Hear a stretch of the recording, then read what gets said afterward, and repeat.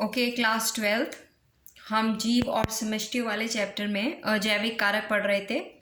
मैंने आपको तापमान जो था उसके बारे में बताया था। अब मैं आगे का अजैविक कारक लेने जा रही हूँ, दैट इज जल।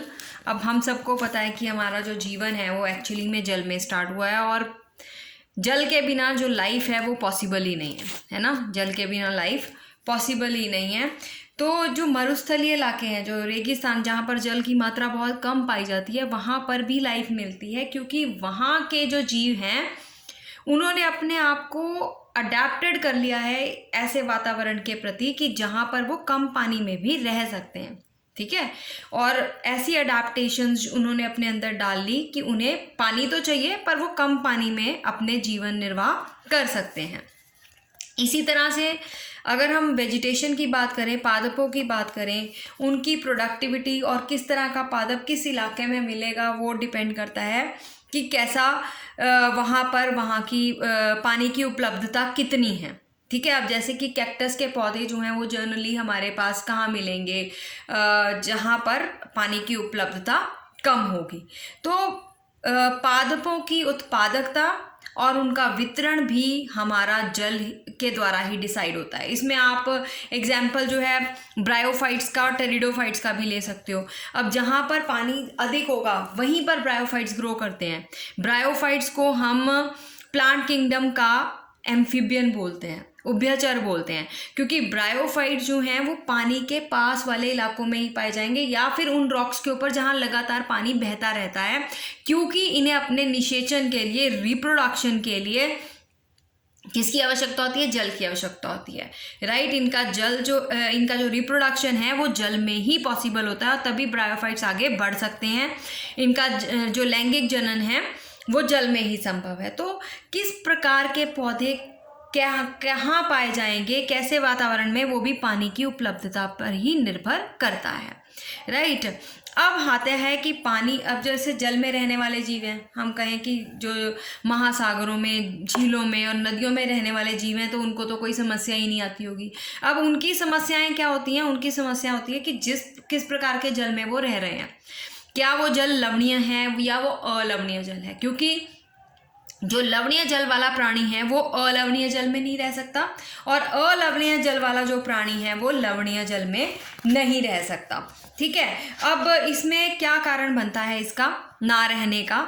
क्योंकि अगर आप एक नॉर्मल अलवणीय जल वाले प्राणी को मैरीन वाटर, सी वाटर में छोड़ाओगे, जाकर लवणीय जल में छोड़ाओगे, तो क्या होगा? उसके शरीर में सॉल्ट की कंसंट्रेशन को टॉलरेट करने की क्षमता नहीं है, उसका पानी बाहर आना शुरू हो जाएगा, और जब उसका पानी बाहर आएगा तो उसका सेल जो है वो प्लाज्मोलाइज्ड हो जाएगा, श्रिंक कर जाएगा और वो ख़त्म हो जाएगा।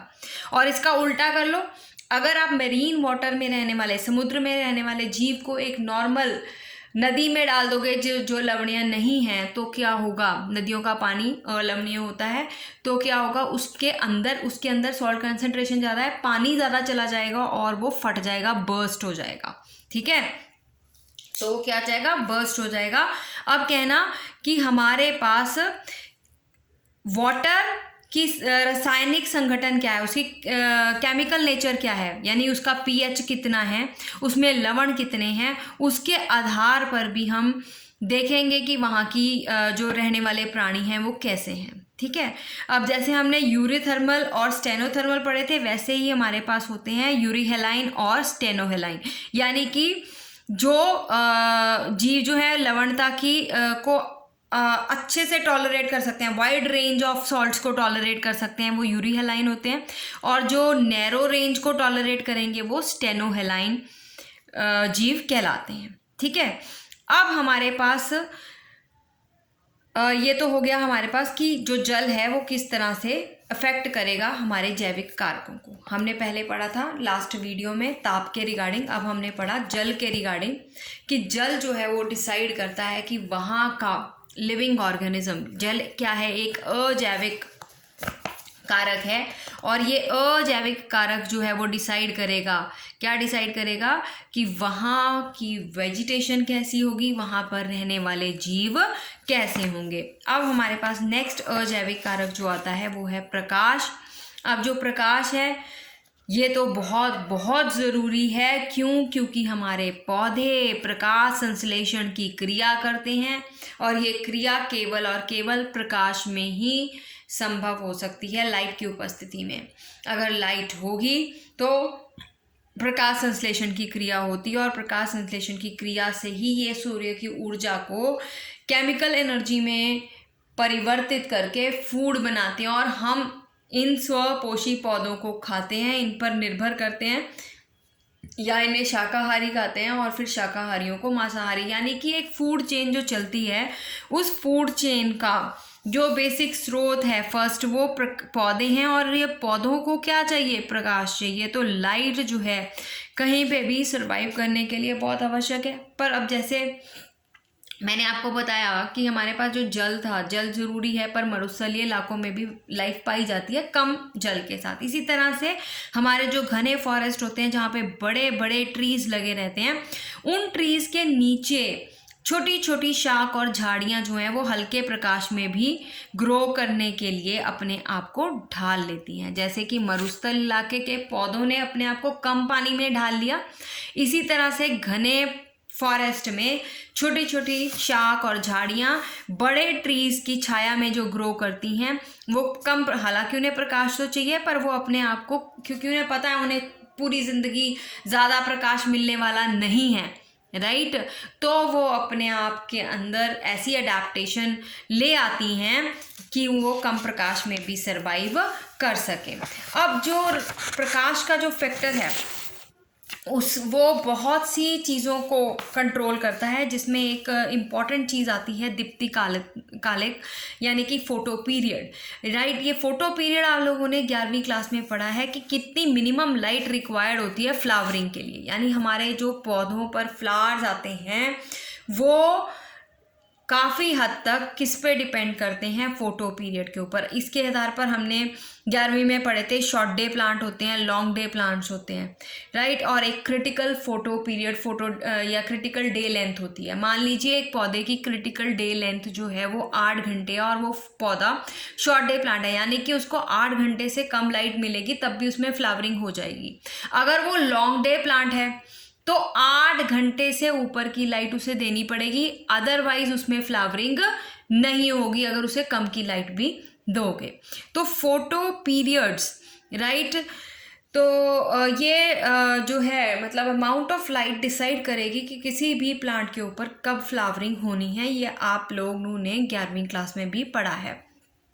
इसी तरह से महासागरों की गहराई में भी हमारे पास जहाँ निरंतर अंधकार रहता है वहाँ पर भी थोड़ी बहुत लाइफ पॉसिबल है, क्योंकि वहाँ पर पूरी की पूरी विजिबल स्पेक्ट्रम तो नहीं पहुँच पाता।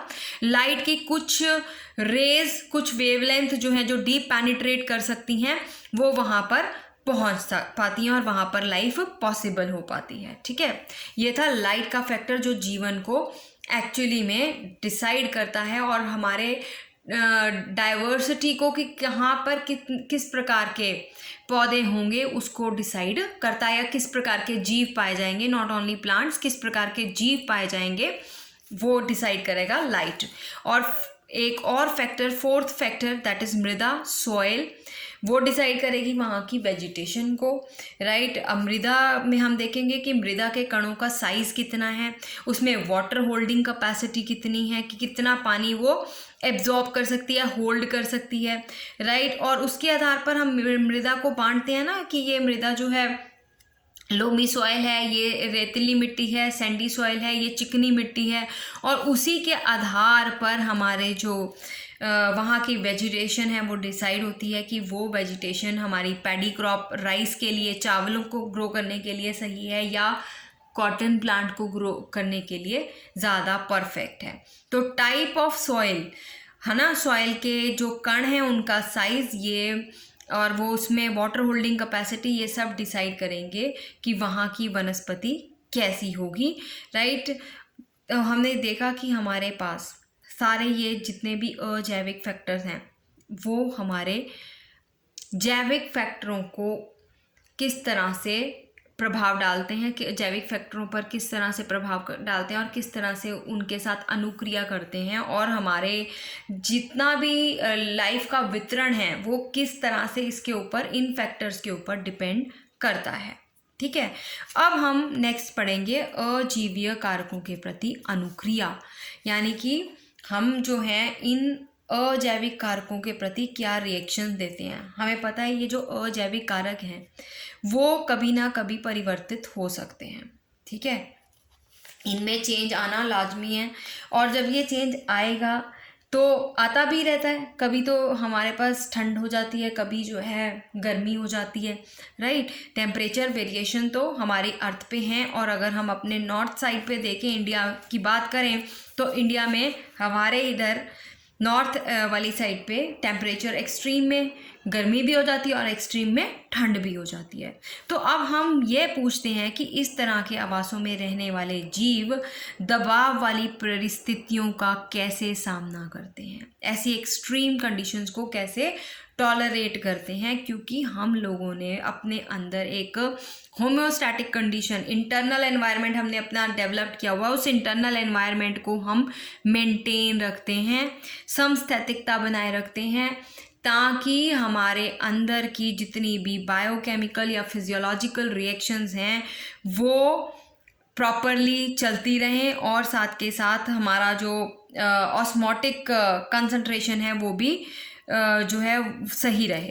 तो कहना कि अपनी इंटरनल एनवायरनमेंट की का टेम्परेचर, उसकी टेम्परेचर को सही रखना, उसके बायोकेमिकल रिएक्शन और फिजियोलॉजिकल रिएक्शन को सही रखना जो है क्या कहलाएगा, समस्थापन या होम्योस्टेसिस।